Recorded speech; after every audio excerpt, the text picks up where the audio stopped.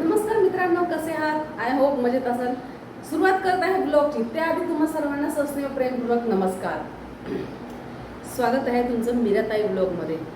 आपली मीराताई. आता मी मुंबईला आली आहे, रात्री भिवंडीला आलेली आहे. तर तुम्हाला आता इकडचं रुटीन पाहायला मिळणार आहे. पाहायला विसरू नका.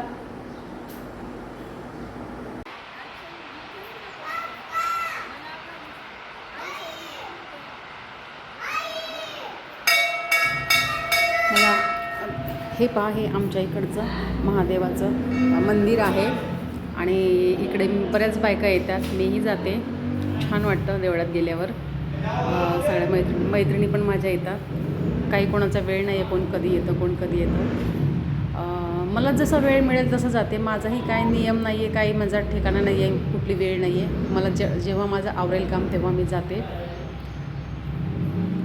आणि हे पुराण काळचं पौराणिक काळचं हे मंदिर आहे. म्हणतात असं की पांडवांपासून हे मंदिर आहे, तेव्हापासून शिवलिंगाची इथे काही कमाल असेल. मला याचं जास्त इतिहास याचा माहिती नाही आहे, पण तेव्हापासूनच हे मंदिर आहे इकडे.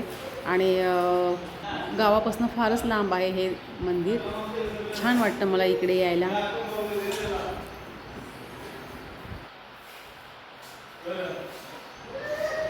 देवळामध्ये पाणी वगैरे भरपूर असतं. आपण पाणी घरनं नाही घेऊन गेलो तरी चालतं. यास इथे नळ पण आहे, पाणी आहे.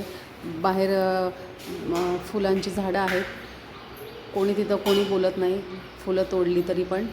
लाल फुलांची झाडं आहेत, पांढरे फुलांची झाडं आहेत, सर्व फुलांची झाडं आहेत. मलाही जायचं. मला माझ्या मैत्रिणी फोर्स करतात की चल आपण जाऊया देवळामध्ये. त्यांच्याबरोबर मी एकदा दोनदा गेले तर मी पण चांगलीच रमले. मला पण रोज जावं असं वाटतं. असो, संगत अशी असावी की परमार्थ घडावा असं म्हणतात ना, तेच खरं आहे. आणि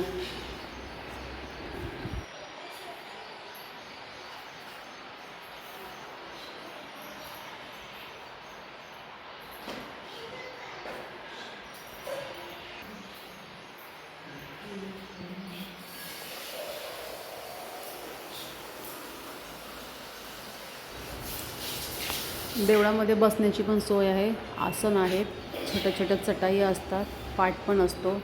तिथे नाना प्रकारचे दिवे पण असतात. मातीचा दिवा असतो, बरेच दिवे असतात.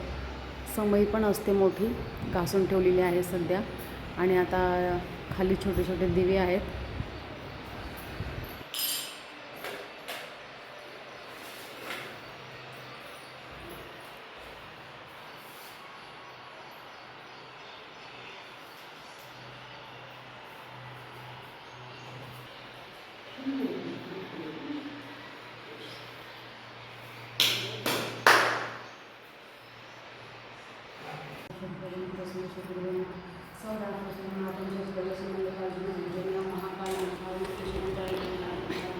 अशा प्रकारे माझी साधी सिंपल पूजा असते.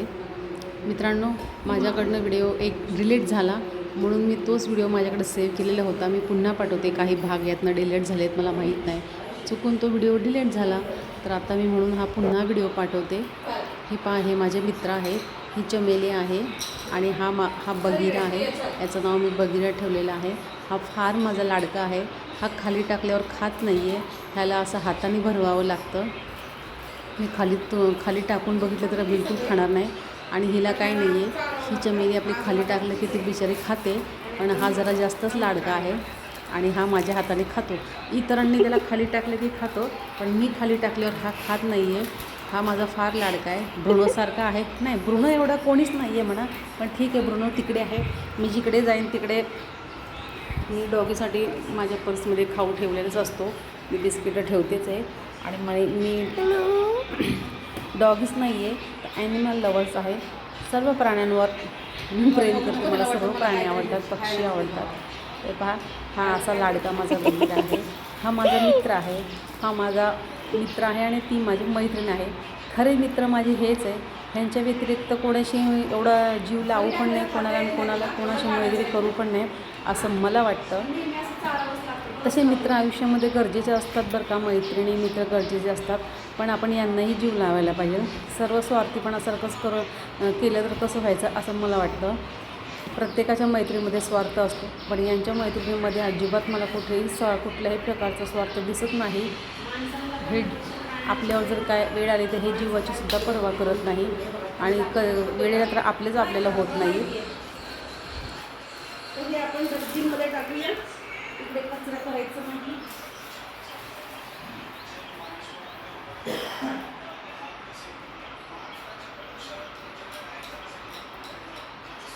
काय नाव आहे याचं?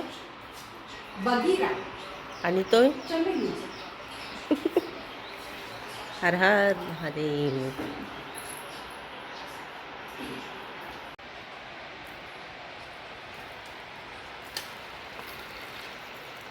हे बेलाचं खूप जुनं झाड आहे, खूप उंच झाड आहे. जोपर्यंत हाताला येईल तोपर्यंत पाणी ठीक आहे, पण आता सध्या पाणी हाताला येत नाही आहे. एका महिलेने मला हळदी कुंकू केलं, अंबाबाईच करून टाकला.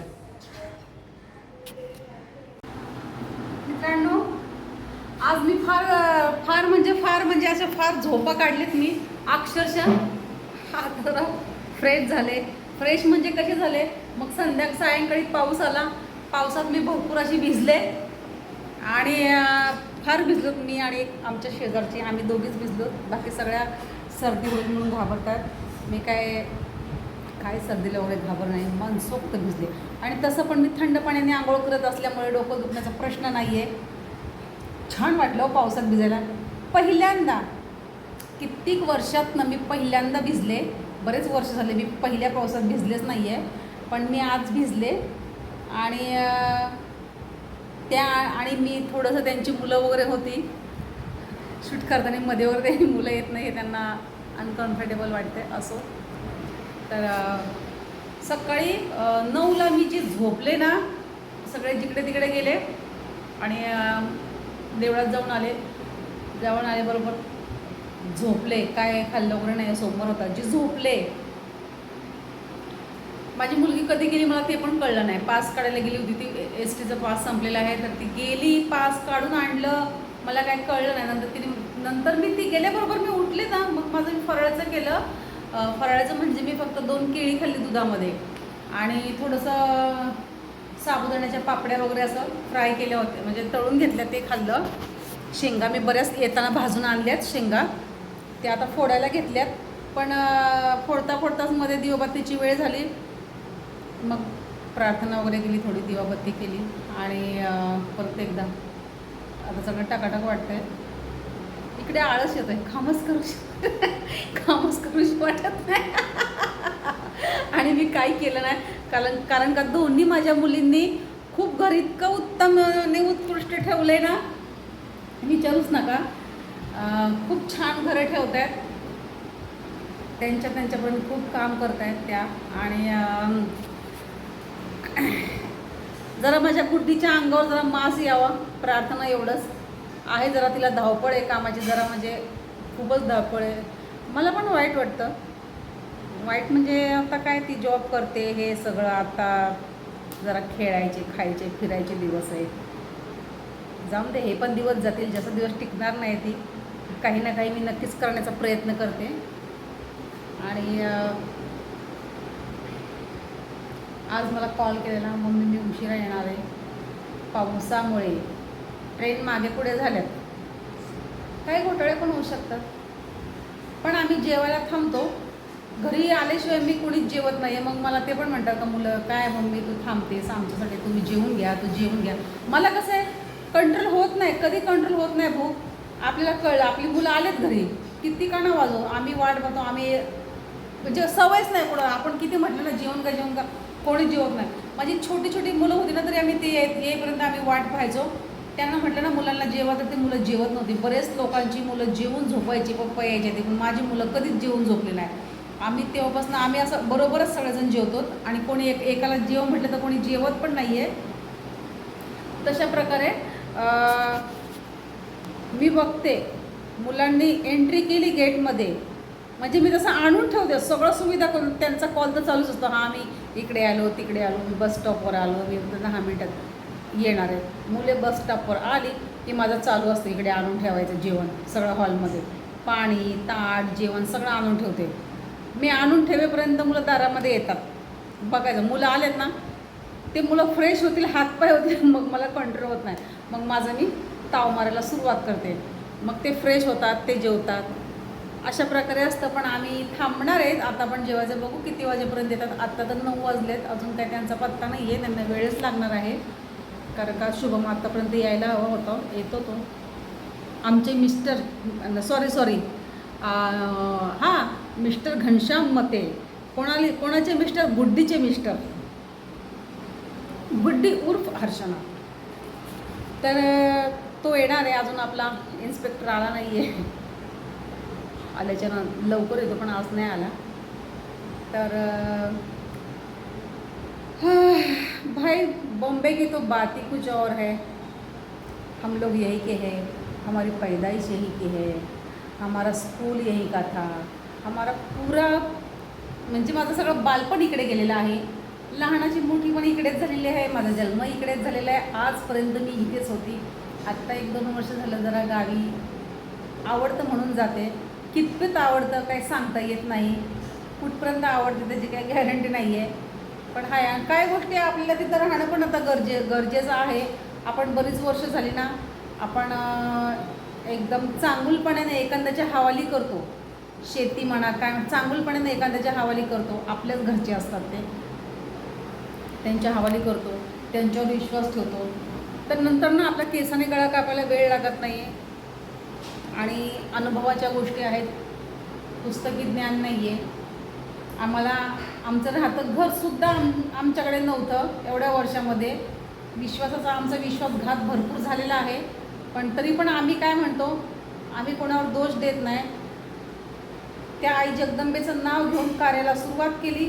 मी सगळं माझं जेवढं होतं माझ्या साईड मी करून घेतलं. आणि तिचा आशीर्वाद पण होता मला. झालं आहे माझं सगळं. आणि समोरच्यावर आपला काही राग नाही आहे. पण आपण सगळं तिच्या चरणी अर्पण केलेलं आहे. आपण आपल्याबरोबर जर समोरच्याने वाईट केलं ना, आपण पण त्याच्यात तो डोक्यात माइंडमध्ये ठेवून पुन्हा त्याच्यावर काही वाईट विचार करायचं नाही, वाईट विचारसुद्धा करायचे नाही, त्यांच्याविषयी वाईट चित्तायचं पण नाही आहे. आपण फक्त तिला सांगायचं काय आहे ते आई जगदंबांना भरपूर काही करते. भरपूर काही मला अनुभव आलेला आहे. सगळं मी तिच्यावर सोडलेलं आहे. आता जे आहे आपलं ते आपल्याजवळ आहे, आपल्याजवळ आलेलं आहे. आणि काय म्हणतात ना, जात नाही, कुठे जात नाही, फक्त नीतिमत्ता बरोबर असते. तर आता मी गावी राहून सगळं व्यवस्थित, माझं सगळं व्यवस्थित झालेलं आहे. 2 वर्षांमध्ये आमचं घर वगैरे सगळं आमच्या नावचं मी करून घेतलेलं आहे. गेलं होतं, लोकांनी हडप केलेलं. लोकांनी म्हणजे आपल्यानेच काय असेल ते. फार मला पापड वेलावं लागले. पण असो, अशा प्रकारे आजचा दिवस गेला मित्रांनो. आणि तुम्ही म्हणत असाल तर राहणीमान माझं आहे तसंच आहे. राहणीमान मी काय सोडलेलं नाही आहे. मागचं सोडलं नाही, पुढचं धरलं नाही. आणि हां, इकडे साड्या पण घालते, कधी कधी साडी घालते. असं काही सण वगैरे असेल तरच घालते, मला जमत नाही आहे असं. आणि गावी मला घालावं लागते ते अशी मला काही जबरदस्ती नाही आहे. पण कसं वाटतं मला, सगळे साडी घालणार आणि आपण एकच त्याच्यामध्ये वेगळं पडतो म्हणून मी तिकडे घालते. तर असं काही नाही आहे. आणि अशा प्रकारे आजचा दिवस गेला. तर आता इथेच थांबते, तुमची रजा घेते. पुन्हा भेटूया नवीन व्हिडिओमध्ये. तोपर्यंत धन्यवाद.